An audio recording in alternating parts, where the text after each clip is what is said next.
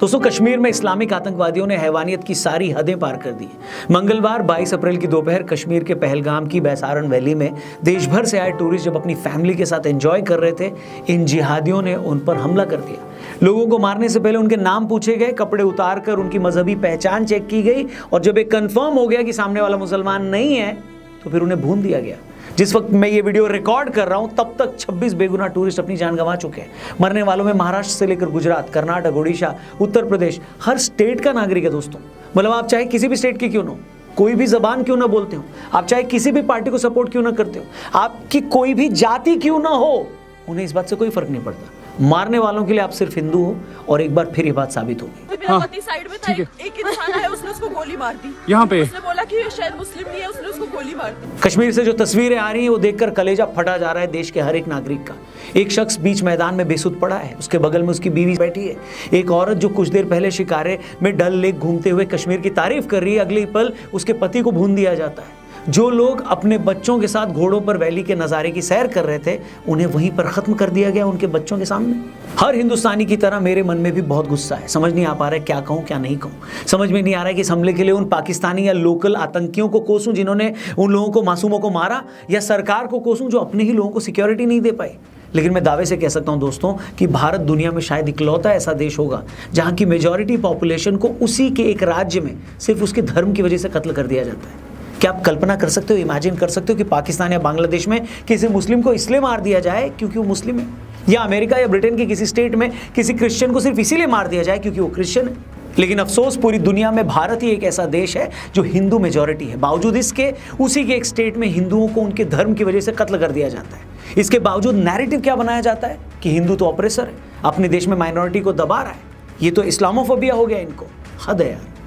जिस बंदे ने मेरे पति को मारा ना, वो वही जा रहा था। मैंने उसे बोला मुझे भी मारो, मेरे सन में भी बोला, तो उसने हमें नहीं मारा। उसने बोला मोदी को बोलो।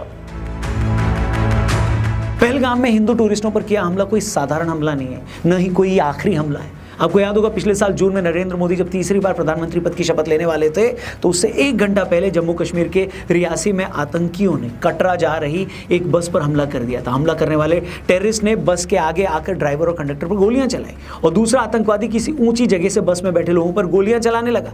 गोली लगने के बाद ड्राइवर ने बस पर कंट्रोल खो दिया। बस 50 फीट गहरे गड्ढे में गिरी, 11 लोग मर गए। मरने वालों में एक 2 साल का बच्चा भी था। अब मैं आपसे पूछता हूं कि पहलगाम में फैमिली के साथ घूमने आए टूरिस्ट हो या रियासी में माता वैष्णो देवी के दर्शन करने आए तीर्थयात्री, इन लोगों का कश्मीरी समस्या से क्या लेना देना।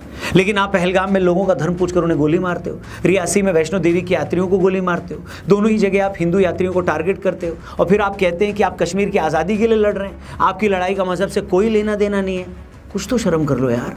पिछले साल ही अक्टूबर के महीने में सुरंग में काम कर रहे 6 बाहरी मजदूरों की गोली मारकर हत्या कर दी गई। 2019 से 22 के बीच अलग अलग हमलों में 9 कश्मीरी पंडितों की भी गोली मारकर हत्या कर दी गई।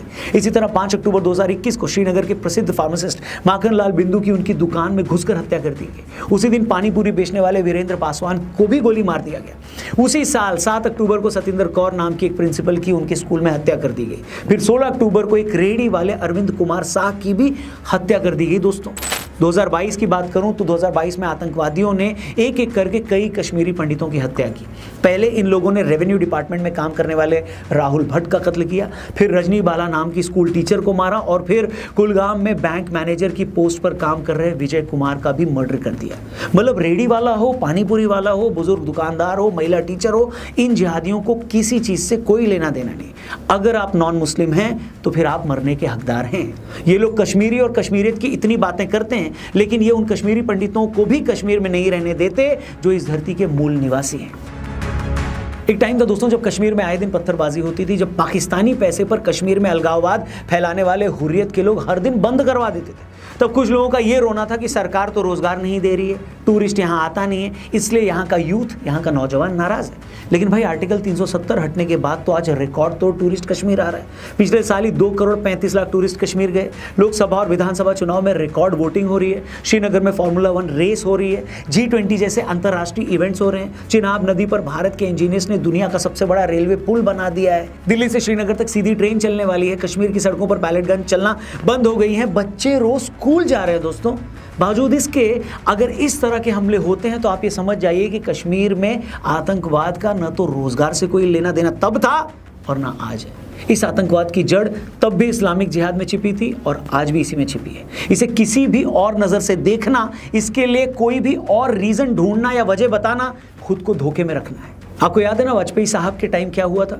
मोदी को आप टफ टास्क मास्टर बोल लीजिए, लेकिन वाजपेयी साहब पीएम बने थे तब क्या हालात थे? उस वक्त आज से कहीं ज़्यादा आतंकी हमले होते थे। सेना और सीआरपीएफ भी लगातार इनके खिलाफ ऑपरेशन चलाती थी। लेकिन अटल जी जब पीएम बने तो भारत सरकार ने शांति की पहल करते हुए रमज़ान के पाक महीने में इनके खिलाफ ऑपरेशन रोक दिए। आज भी कश्मीर में बहुत सारे लोग अटल जी की सरकार की उस पहल की तारीफ करते हैं, मगर उन सब के बदले में कश्मीर में आतंकवाद फैला रहे लोगों ने क्या दिया और क्या किया?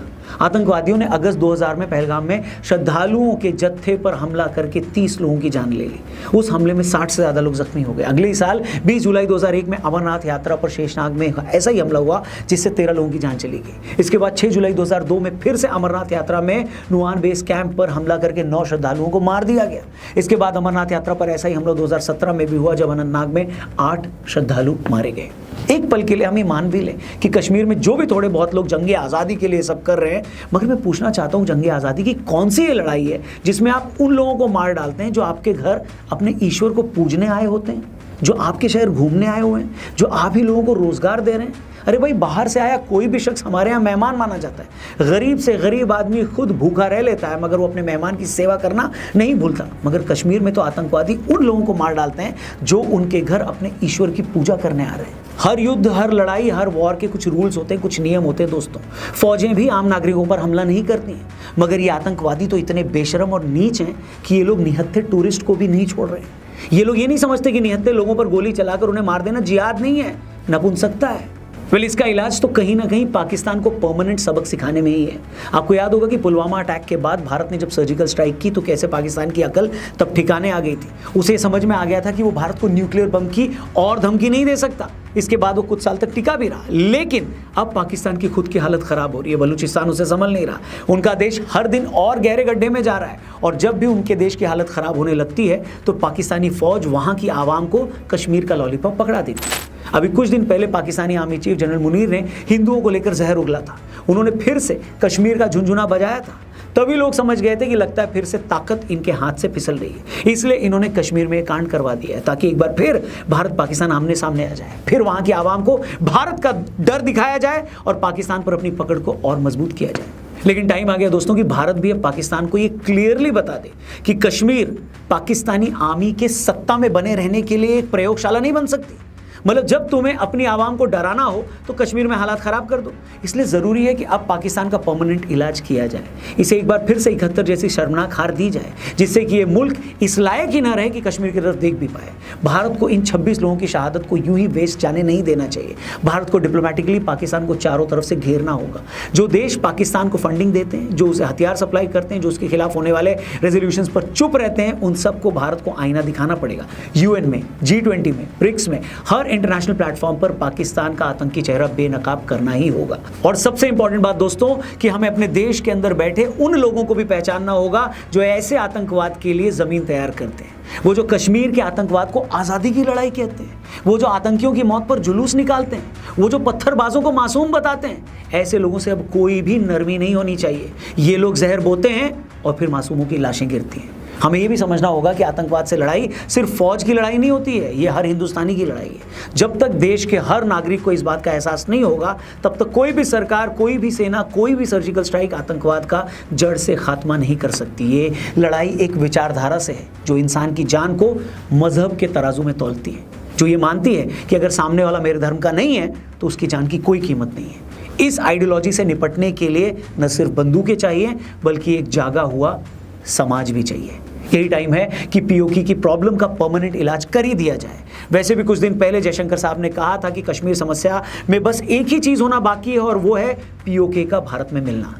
मेरी सरकार से हर हिंदुस्तानी की तरह यही गुजारिश है कि इस बार इस इस्लामिक आतंकवाद का परमानेंट इलाज कर दिया जाए, क्योंकि किसी भी देश के लिए इससे ज़्यादा शर्म की बात कुछ और हो ही नहीं सकती कि अगर उसी के नागरिक अपने ही देश में आज़ादी से घूम न पाएँ।